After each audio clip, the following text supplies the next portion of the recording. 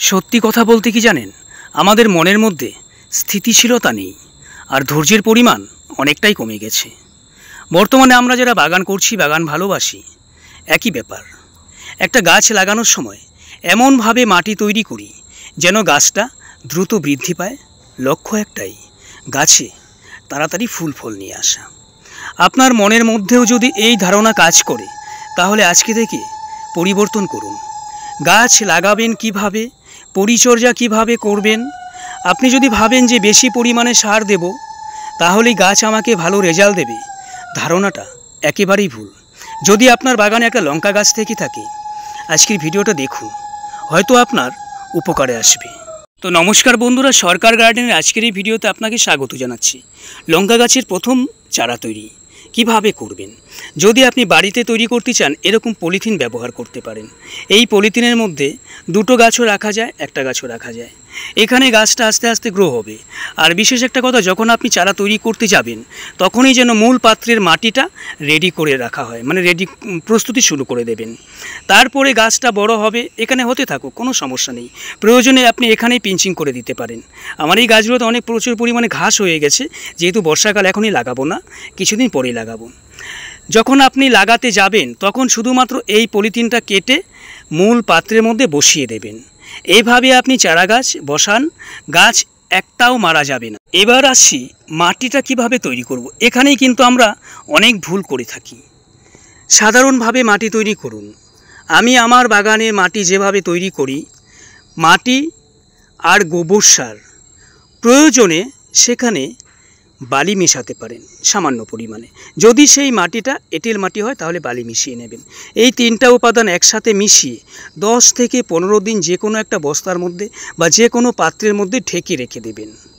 তারপরে এটা পুরোপুরিভাবে কম্পোস্ট হয়ে যাবে, মানে মাটি, গোবর আর বালি তিনটা উপাদান একসাথে কম্পোস্ট হয়ে যাবে। মূল পাত্রে প্রতিস্থাপন করে গাছটা বসাবেন।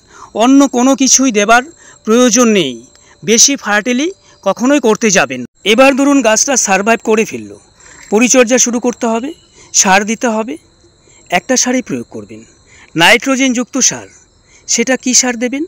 গোবর সার ব্যবহার করতে পারেন, আবার পাতা পচা সার ব্যবহার করতে পারেন। মানে যে কোনো নাইট্রোজেনযুক্ত জৈব সার আপনি গাছের গুঁড়িতে প্রয়োগ করুন। এতে কি হবে? গাছের বৃদ্ধি আসবে, গাছে বেশি পরিমাণে পাতা আসবে, গাছে বেশি পরিমাণে ব্রাঞ্চ তৈরি হবে। গাছটা আস্তে আস্তে বড় হলো, গাছে ফুল আসবার সময় হয়েছে, অথবা দু একটা ডগার মধ্যে ছোট ছোট ফুল দেখা দিচ্ছে। পরিচর্যার একটু পরিবর্তন নিয়ে আসুন। নাইট্রোজেন সারের পরিমাণটা কমিয়ে দিন। গাছের গুঁড়িতে ব্যবহার করুন পটাশ ব্যবহার করুন। সেটা কোন পটাশ দেবেন?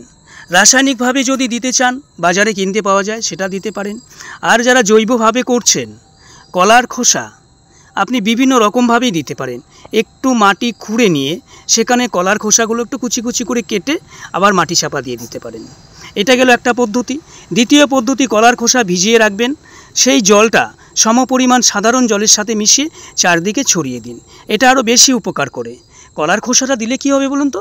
কলার খোসা ব্যবহার করবার পরে যখনই গাছটা পটাশ পেয়ে যাবে, গাছে ফুলগুলি সুন্দরভাবে চলে আসবে, ফুল ঝরাটাও বন্ধ হবে। গাছে ফল আসছে, ফলগুলো ম্যাচুরেট হয়নি, প্রচুর পরিমাণে ফলই আছে, গাছে আর কোনো পরিচর্যা করবেন না। প্রয়োজনে শুধুমাত্র চাহিদা অনুযায়ী জল দেবেন, অন্য কিছুই দেবেন না।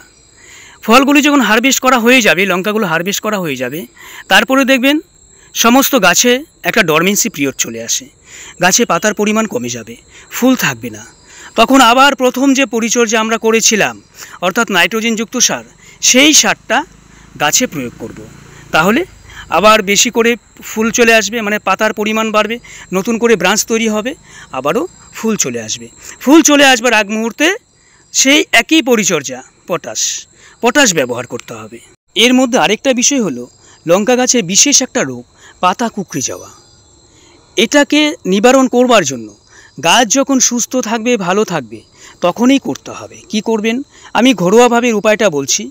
উনুনের ছাই অথবা যে কোনো ধরনের ছাই, সেই ছাইটা সকালবেলায় যখন গাছের পাতাগুলো শিশির ভেজা থাকে, মানে জল লেগে থাকে, তখন সমস্ত গাছের মধ্যে ছড়িয়ে দেবেন। এটা সপ্তাহে একবার দিলেই যথেষ্ট। তবে ছাই দেওয়ার পর 2 দিন পরে সম্পূর্ণ গাছটাকে আবার জল দিয়ে ধুয়ে দেবেন। যেন পাতার মধ্যে ছাই লেগে না থাকে। ছাই যদি লেগে থাকে তাহলে পত্ররন্ধ্রগুলো বন্ধ হয়ে যাবে, গাছের সালোক সংশ্লেষ করতে অসুবিধার সম্মুখীন হবে। এই কাজটা করুন, পাতা কোঁকড়ানোর রোগ একেবারেই থাকবে না। এইভাবে যদি পরিচর্যা আপনি করতে পারেন, একটা গাছ বাগানে দীর্ঘদিন টিকিয়ে রাখতে পারবেন।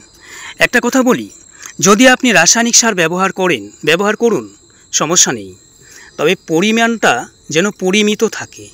বেশি পরিমাণে রাসায়নিক সার গাছের গুঁড়িতে পড়ে গেলে গাছের ক্ষতি হবে, এমনকি গাছটা মারা পর্যন্ত যেতে পারে। শুধুমাত্র এই তথ্যটাই আজকে দেওয়ার ছিল। আমি যতটুকু জানি আপনাদের সামনে পরিবেশন করলাম, বাকিটা পুরোপুরি আপনাদের উপর। যদি আমার চ্যানেলের তথ্য পছন্দ হয়, ভালো লাগে, তাহলে প্লিজ চ্যানেলটা সাবস্ক্রাইব করে এভাবেই সঙ্গে থাকবেন। সবাইকে নমস্কার।